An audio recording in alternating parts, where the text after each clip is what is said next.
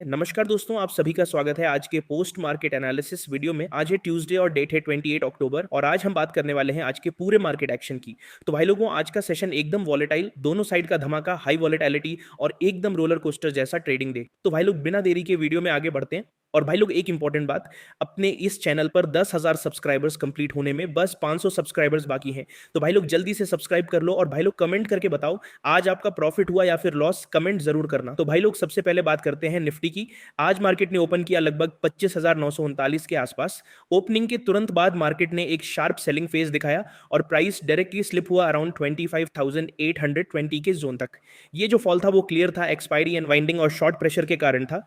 पहले हाफ में बियर्स पूरी तरह से कंट्रोल में थे, हर बाउंस पे सेलिंग हुई और कैंडल्स कंटिन्यूअसली रेड थी।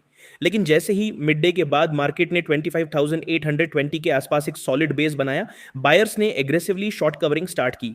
वहां से एकदम वी शेप रिवर्सल देखने को मिला और निफ्टी ने step by step her resistance zone तोड़ते हुए रैली दी डायरेक्टली 25,965 तक। ये रैली एकदम शॉर्ट कवरिंग ड्रिवन थी, मतलब फ्रेश बाइंग नहीं थी, लेकिन शॉर्ट्स पैनिक में कवर कर रहे थे। आज का पैटर्न टिपिकल एक्सपायरी डे जैसा था, पहले शार्प सेलिंग, बीच में कंसोलिडेशन और फिर एक sharp reversal move. Volatility extreme थी, हर कैंडल में 40-50 पॉइंट्स के स्विंग्स देखने को मिल रहे थे। ऑप्शन राइटर्स पूरे दिन गामा एडजस्ट करते नजर आए।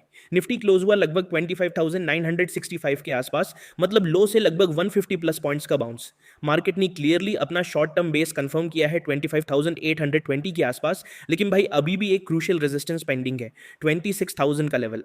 जब तक ये लेवल क्लीन ब्रेकआउट के साथ क्रॉस नहीं होता, कंफर्मेशन वीक ही रहेगी। भाई लोग अब कल के लिए प्लान देख लो। अगर निफ्टी कल 26,000 के ऊपर ओपन करता है और वहां सस्टेन करता है तो बायर्स फिर से पूरे कंट्रोल में आएंगे। उस केस में पहला टारगेट रहेगा 26,120 और दूसरा टारगेट 26,240 के आसपास। स्टॉप लॉस टाइट रखना 25,940 के नीचे। दूसरा सिनेरियो ये हो सकता है, अगर मार्केट फ्लैट ओपन करे और 25,900 के नीचे स्लिप करे तो फिर से सेलिंग प्रेशर एक्टिव होगा। तब शॉर्ट साइड ट्रेड बनेगा, जिसमें पहला टारगेट रहेगा 25,840 और नेक्स्ट टारगेट 25,760। स्टॉप लॉस रखो 26,000 के ऊपर। अगर मार्केट 25,000 और 26,000 के बीच ही घूमा तो दोनों साइड ट्रैप्स पॉसिबल हैं। ऐसे में अवॉइड डायरेक्शनल बेट्स, सिर्फ छोटे स्कैल्प्स लो और पेशेंस रखो। और याद करो भाई लोग, कल के एनालिसिस वीडियो में मैंने क्लियरली बोला था कि 25,820 एक स्ट्रॉन्ग बेस बन सकता है और मार्केट ने आज एग्जैक्टली वही जोन रिस्पेक्ट किया। ये कंफर्म करता है कि लेवल्स काम कर रहे हैं, बस पेशेंस जरूरी है। तो भाई लोग सिंपल है, 26,000 के ऊपर ब्रेकआउट मिलता है तो क्लियर लॉन्ग सेटअप, और 25,900 के नीचे ब्रेकडाउन मिलता है तो शॉर्ट सेटअप। बस एक ही रूल फॉलो करना, पहले 30 मिनट्स ऑब्जर्व करो और फिर ट्रेंड कंफर्म होने के बाद ही एंट्री लेना। ओवर ट्रेडिंग से बचना और रिस्क कंट्रोल में रखना। भाई लोग अब चलते हैं बैंक निफ्टी की तरफ। भाई चार्ट क्लियरली दिखाता है कि बैंक निफ्टी ने भी बिल्कुल सेम निफ्टी जैसा एक्सपायरी स्टाइल मूव दिया। ओपनिंग के टाइम बैंक निफ्टी अप्रॉक्स 58,000 के आसपास खुला और तुरंत एक शार्प सेलिंग आई, प्राइस स्लिप हुआ डायरेक्टली 57,600 के जोन तक। ये फॉल एक्सपायरी अनवाइंडिंग और शॉर्ट रोल ओवर का क्लियर इंपैक्ट था। पहले कुछ घंटों तक रेड कैंडल्स एक के बाद एक बन रही थी, सेलर्स पूरी तरह से कंट्रोल में थे। लेकिन जैसे ही मार्केट ने 57,600 के आसपास बेस बनाया, बायर्स ने शॉर्ट कवरिंग रैली स्टार्ट की। एक स्ट्रॉन्ग इंपल्सिव रिकवरी देखने को मिली और मार्केट ने रैली करके अप्रॉक्स 58,270 के जोन तक पूरा वी शेप रिवर्सल कंप्लीट किया। बैंक निफ्टी क्लोज हुआ लगभग 58,270 के पास, जो एक पॉजिटिव साइन है।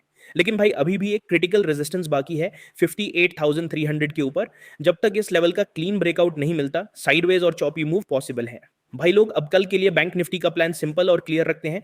अगर कल मार्केट 58,300 के ऊपर ओपन करता है और सस्टेन करता है तो शॉर्ट कवरिंग कंटिन्यूएशन के चांसेस हाई हैं।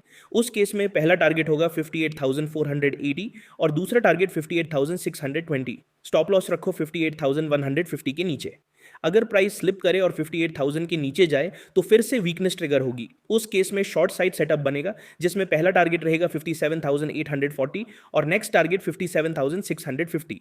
स्टॉप लॉस रखो 58,150 के ऊपर। अगर मार्केट 58,000 और 58,300 की रेंज में ही घुमा तो अवॉइड करो डायरेक्शनल ट्रेड्स और क्विक स्कैल्प्स पे फोकस करो।